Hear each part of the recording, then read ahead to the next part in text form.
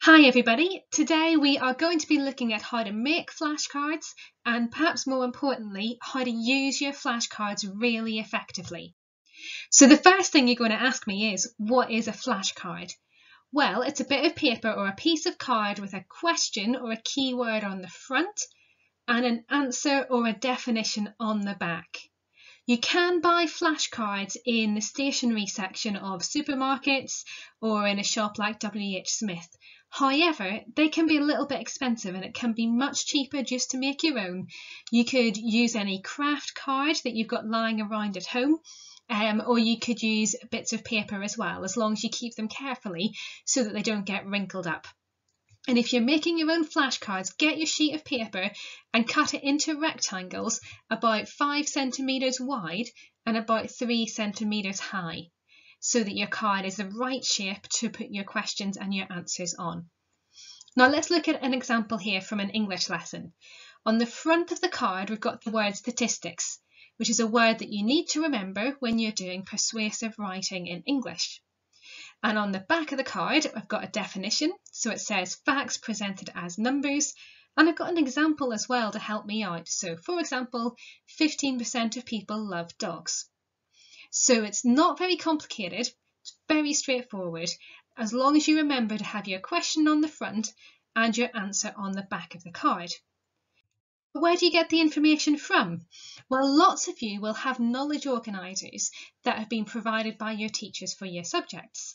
I've got a couple of examples here. So on the left, you can see that I've got an example, again from an English lesson, about Animal Farm by George Orwell. And on this example, we have information about the key characters, the vocabulary that you're going to need to learn for that text, and you've got some key quotations and analysis as well. Now, the other example I've got here is a summary knowledge organiser, which gives an overview of lots of different subjects. So you can see that we've got a box for English with 5 keywords on here, a box for drama, again with 5 keywords. And each of those words has got a definition after it. And it's this information that you're going to be able to pop on your flashcard with the word on one side and then the definition or the meaning on the other side of the flashcard. And this is how you do it. So for example, if I wanted to think about history as a subject and I want to think about the start of World War II. So I look at that section, you can see it starts in 1939, and I create my flashcard with the question on the front, in which year did World War II start, and my answer on the back, 1939. So it's really straightforward. But how can you use your flashcards effectively? Because there's no point making a flashcard and then just shoving it in a folder or shoving it under your bed and never ever looking at it again.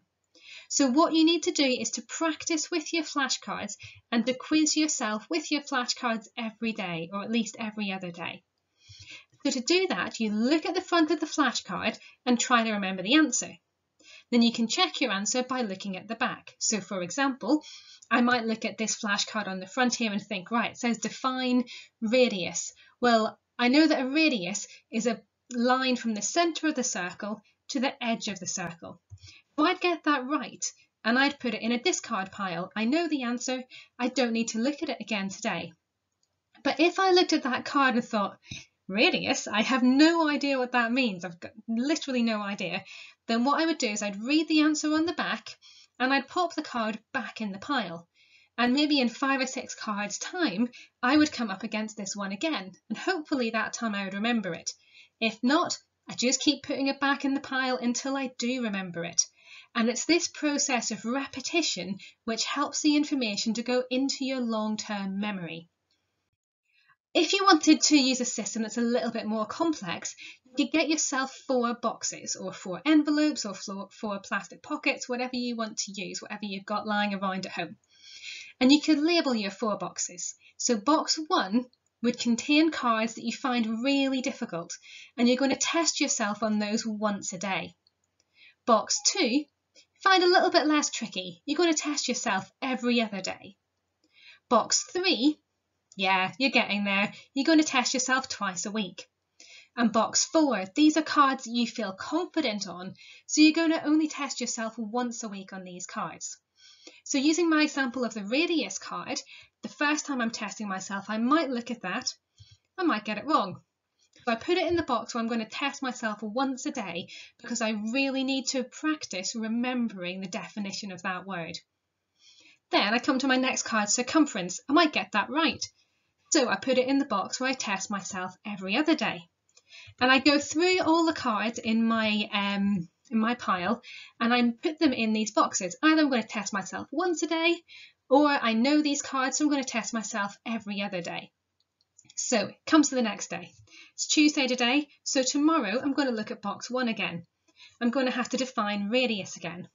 Might get it right this time. So I move it up into the next box. And so you follow this pattern during the week to help you to focus really closely in on the cards that you need to learn that you're struggling with. And then once a week you can come to the cards that you find a little bit more straightforward. So we can see here that radius I've got right the next time round, and it's disappeared because it's going into my box 2, for example. There we go. And if you're a parent watching this, you might be asking as well, how can I support my child? Well, remind them, use their flashcards for 10 to 15 minutes a day, perhaps, maybe longer if they're coming up to an assessment, and check that they have done it.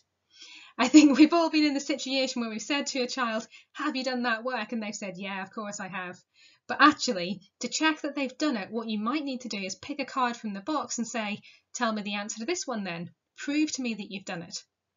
You could also test your child yourself. If you've got a bit of time, perhaps while you're waiting for dinner to cook or whatever, you ask the questions and see if they can get the answers right. And if you want to, you can provide rewards if they can answer a certain proportion of the questions correctly. So for example, if they get 80% of the questions right, or say they get 16 out of 20 of the questions right, you might agree to them that they can spend a little bit more time on their console, or that they can have an extra biscuit after dinner or something like that. So you can give them rewards if they do well with their learning.